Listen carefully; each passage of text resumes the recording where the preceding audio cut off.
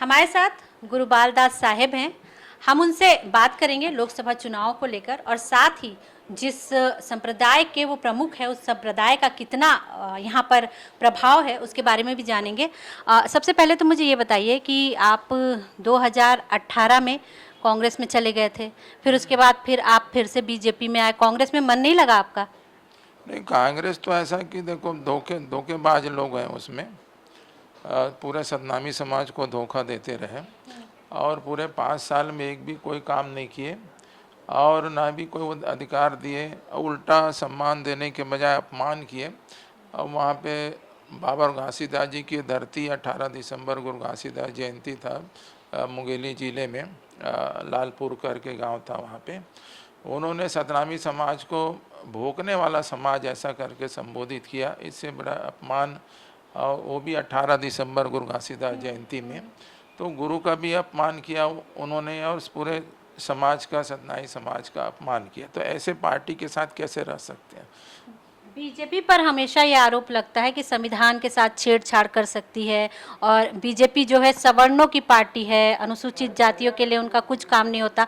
आप क्या कहेंगे इस बारे में? सवर्ण तो सभी पार्टी में, क्या उसमें कांग्रेस में नहीं है सवर्ण? सभी, ऐसा कोई पार्टी जिसमें ने सभी वर्ग के लोग ना हो।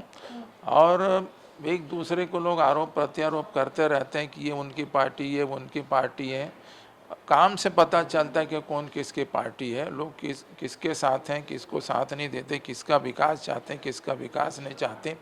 ये तो पार्टी और सरकार के काम काज के ऊपर निर्भर करता है और उसी के अनुसार जो जनता है वो वोट करती है। बीजेपी में लौटने का आपका प्रमुख कारण क्या था? नरेंद्र मोदी थे या जो लोकल राजनीतिक जो हैं या जो लोकल बीजेपी के लोग हैं वो थे?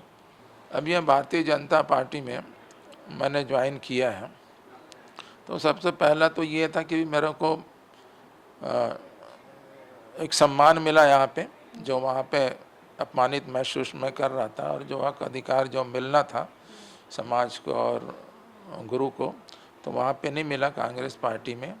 लोगों से मेरा यहाँ पे संपर्क हुआ और सारे लोगों ने सम्मान दिया और सम्मान की बात भी, अधिकार की बात हुई और वो पूरा अधिकार, वो सम्मान यहाँ पे मिलेगा ऐसा हमें विश्वास दिलाया गया। और उसी के तहत जो है भारतीय जनता पार्टी मैंने ज्वाइन किया और बड़े सभी प्रमुख सेंट्रल मिनिस्टर से और प्रमुख लोगों से बात की।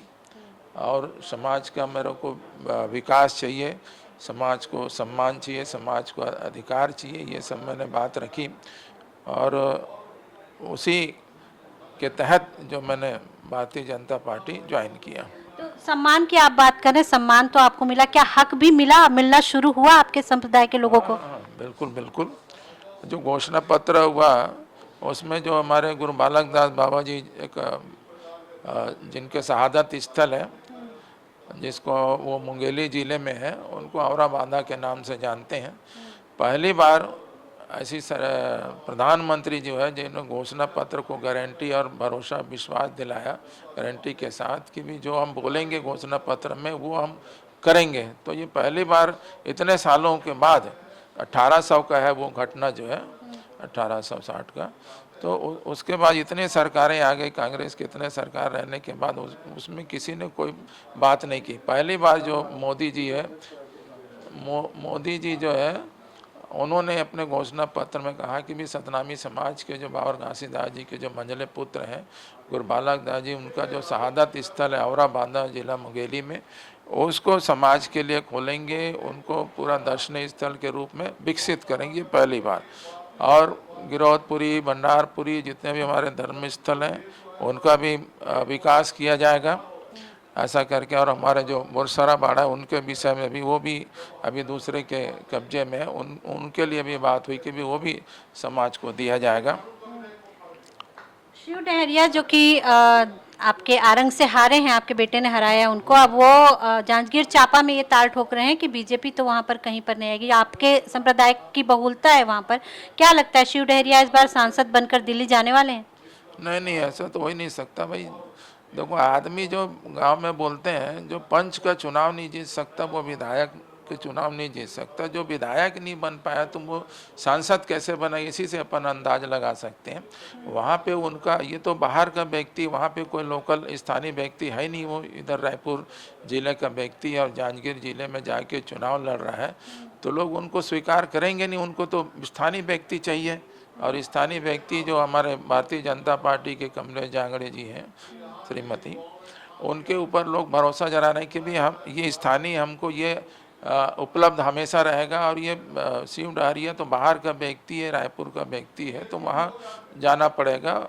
इसलिए जो स्थानीय व्यक्ति है उनको ज़्यादा महत्व दिया जाएगा। और वो अच्छी भी है, वो महिला भी है, महिला को भी सम्मान और अधिकार तो देना ही पड़ता है, मोदी जी बोले हैं, तो उस हिसाब से क्षेत्र की जनता जो है कमलेश जांगड़े के साथ है। लेकिन सीधा सीधा आपको चैलेंज कर रहे हैं शिव डहरिया। नहीं, हमको क्या चैलेंज करेगा? हमको जो है शिव डहरिया कभी चैलेंज कर ही नहीं सकता ना। क्या एक बार चैलेंज किया था वो विधानसभा में, बेटे के साथ बाप भी आ जाए, चुनाव लड़ ले, वो देख ले, तो बेटा ही निपटा दिया, बाप की जरूरत ही नहीं पड़ी वहाँ पर। तो सवाल ही पैदा नहीं होता कि वहाँ हमको कोई चैलेंज करे। अच्छा, रायपुर लोकसभा जो है वहाँ से जो बृजमोहन अग्रवाल हैं, वो इस बार उनके लिए दावा किया जा रहा है 8 लाख मतों के अंतर से जीतेंगे, क्या लगता है आपको? बिल्कुल बिल्कुल जीतेंगे। बहुत लोकप्रिय नेता हैं वो, मंत्री भी हैं, कंदावर मंत्री 8 बार का विधायक हैं। मोदी जी ने उनके ऊपर विश्वास जताया कि उनको टिकट दिया है, और लोगों को भरोसा है कि भी वो सेंट्रल में उनको भेजेंगे और वहाँ पे मंत्री बनवाएंगे। ऐसा करके उनका एक ऐतिहासिक जीत होगी बृजमोहन अग्रवाल का। वो किसी पहचान के मोहताज तो है नहीं, सारी दुनिया और रायपुर के हैं, लेकिन पूरा प्रदेश की जनता उनको जानती है कि भी बृजमोहन अग्रवाल कोई मंत्री हैं, कोई नेता हैं। तो ये थे गुरु बालदास साहेब, जिनका कहना है कि बीजेपी यहाँ प्रचंड बहुमत से जीत रही है। अब देखना ये होगा कि इनके जो दावे हैं वो कितने सच साबित होते हैं। कैमरा पर्सन सुधीर के साथ नीलम शुक्ला देवांगन, दर्श मीडिया न्यूज़।